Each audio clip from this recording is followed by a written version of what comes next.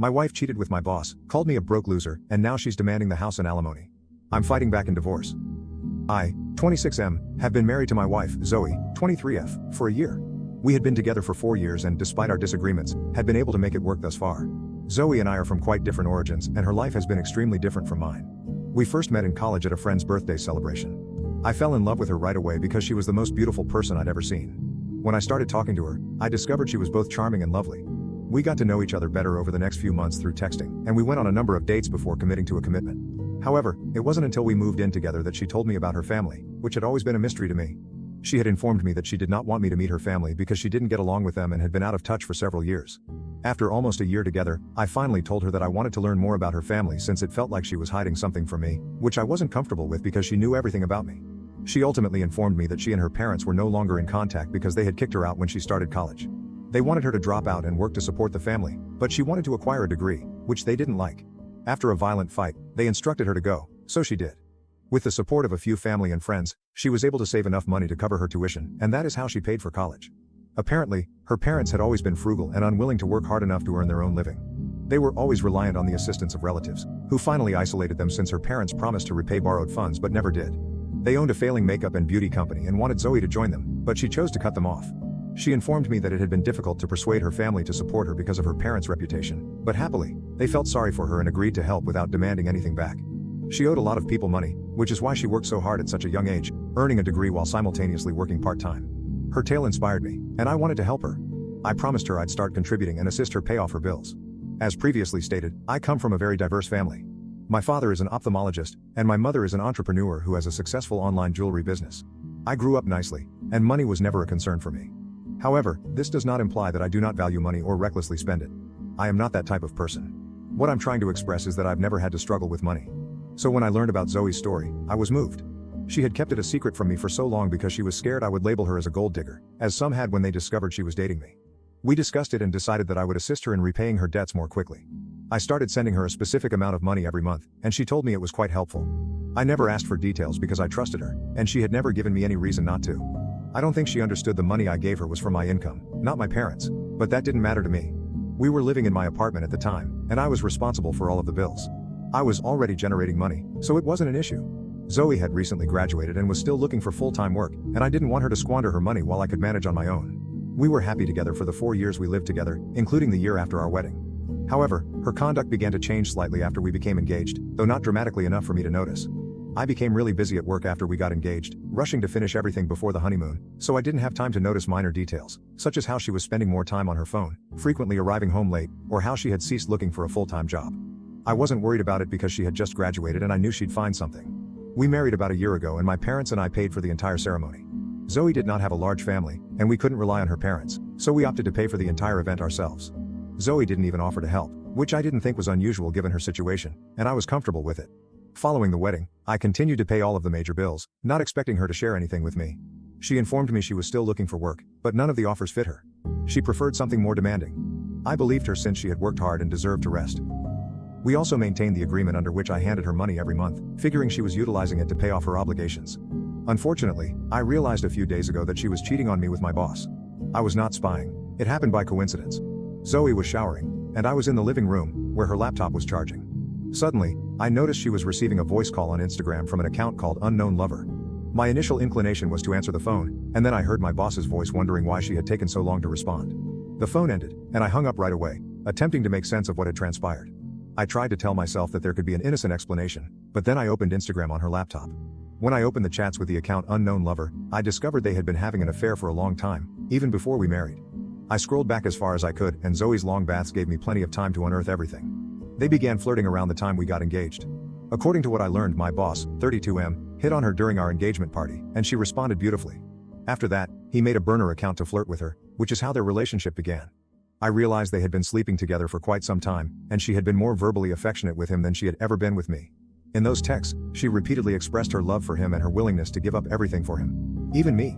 My employer was hesitant to pursue their connection because he was married and had a child around the age of 5 or 6.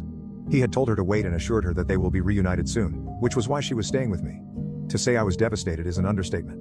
I began to cry as I read those messages. Meanwhile, Zoe got out of the shower and rushed over to comfort me when she heard me weep. But when she saw what I was reading on the screen, she took a step back. Instead of denying or apologizing, she simply stood there calmly as I cried. After a while, I got upset and asked her what was going on. She simply told me that she had been waiting for me to find out and had even considered informing me herself because she no longer wanted to be with me. She said that she was fatigued from pretending to love me and that she had fallen out of love with me only a few weeks after our wedding. She explained that she had realized my boss was the appropriate man for her. When I asked her why she thought so, she claimed it was simple. A broke loser like me could never treat her the way my boss did. She even brags about lying to me a few months ago about going on a weekend girls' trip with her buddies. In actuality, she had gone out with my boss, and her buddies had covered for her. That explained all of the lovely new gifts, costly clothes, bags, makeup and jewelry she had been flaunting lately. She had been telling me about a friend of hers who had made a lot of money and was treating everyone well, but now I knew the truth. It was all because of my employer. She stated she was delighted I found out on my own and now wanted a divorce since she was tired of pretending to care about me. She even stated that she would rather be single or my boss's mistress than be married any longer. The marriage was over. Before I could grasp what was occurring, she began gathering her belongings. I did not ask her to stay. I was too proud for that. My heart was devastated, but I knew I needed to let her go. She made no attempt to refute anything or apologize for what she had done. In fact, she appeared pleased to be departing. She was going to grab her laptop and depart, but I told her that anything I had purchased for her would remain. The money was mine, not hers. She frowned when I said that, but did not protest and left the laptop at my place.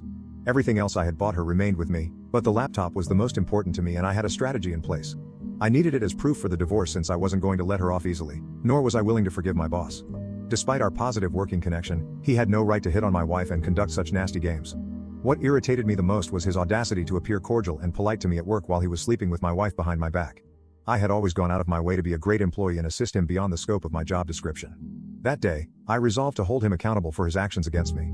I was aware of his recent involvement in a number of questionable activities. He had failed a company-wide drug test, and I knew exactly where the paperwork was stored. He was involved in unlawful activities, and exposing him for one thing would eventually reveal all of his other secrets. My employer was in collusion with the crew who performed the drug tests, and he had bribed them to fabricate a bogus result. He had paid half of the money up front but opted not to pay the remaining amount after receiving the desired outcomes. As a result, he had a disagreement with the medical team's leader. The head had even emailed the actual test results to my boss as a threat, ordering him to pay the outstanding balance or he would expose him. My employer had received the actual test results just a few days before I learned about Zoe's affair, and we had been discussing them in his office. I remembered exactly where he'd put those papers. When I discovered Zoe and my employer, I decided to expose him. The next morning, I got up early and went to the office. My supervisor frequently required me to run errands and arrive early, so I kept a spare set of keys for everything. I even had the keys to his office, so getting in was no problem. Once inside, I took the actual test results from his desk drawers and proceeded directly to the police station. There I detailed the entire case to the cops and left them to handle it. After that, I concluded that what happened to my boss was no longer my concern. He was detained, of course, because the chemicals discovered in his bloodstream were unlawful. Not only was he jailed, but the whole medical team that performed the tests is currently under investigation. Basically, everyone is in big trouble and it's all because of me. I'm not even hiding it. I've informed the cops that I'm available if they require any additional assistance. I have also resigned from my job because I do not want to be involved in anything else there. My boss is currently being investigated. I'm not sure if he'll be charged, but I'm glad I got him in trouble. He's currently suspended, and if the allegations I made are proven accurate, he'll be sacked and likely imprisoned. The only one who is unhappy about this is Zoe. She hasn't stopped phoning me since the news about my employer emerged, blaming me for ruining her and her boyfriend's lives. She keeps repeating that doing this to my boss out of anger over the affair is wrong and that she is disappointed in me. She believes what I did was harsh and unfair, claiming that it did not stem from a sense of righteousness. However, this is done out of vengeance, which is never acceptable. So, Aida for reporting my boss to the police for drug use after discovering he was hooking up with my wife. Update 1. 1 week has passed since my last entry here, and I filed for divorce before Zoe could. Speaking of her, I've blocked her everywhere. I stopped second-guessing myself after realizing she was a serpent. I did the right thing. It doesn't matter what my intentions were because I reported someone doing anything illegal. My supervisor isn't a nice guy, therefore I don't feel bad about it. If he had been a genuinely decent person with a drug problem, I would have thought twice about putting him through this, but that was not the case.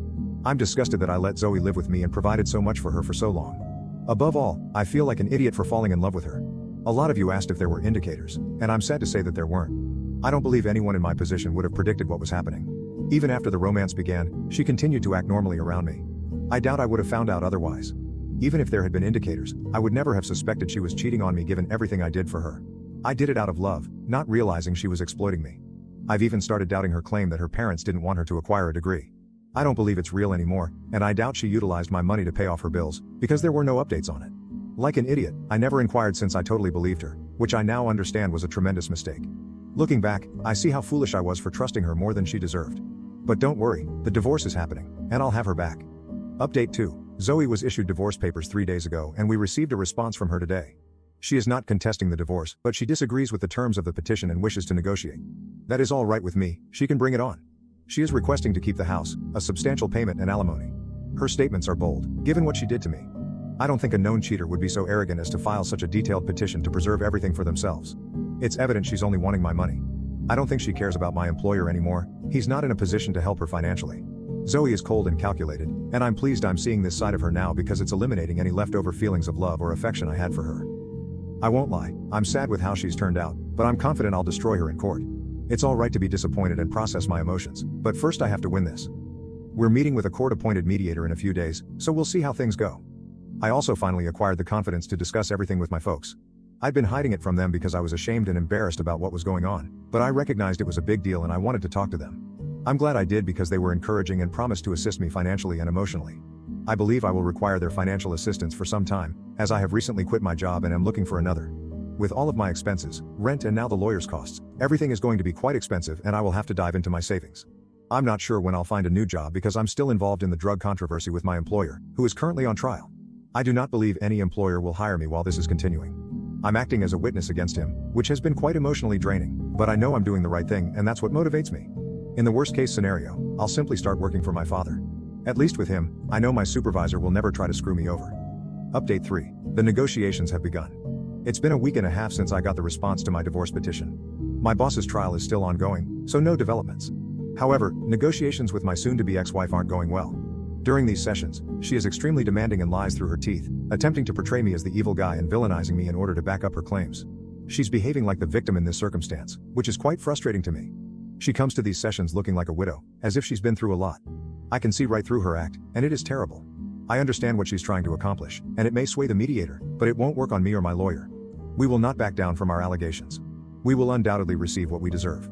I am not going to let her walk away with the alimony settlement she is requesting.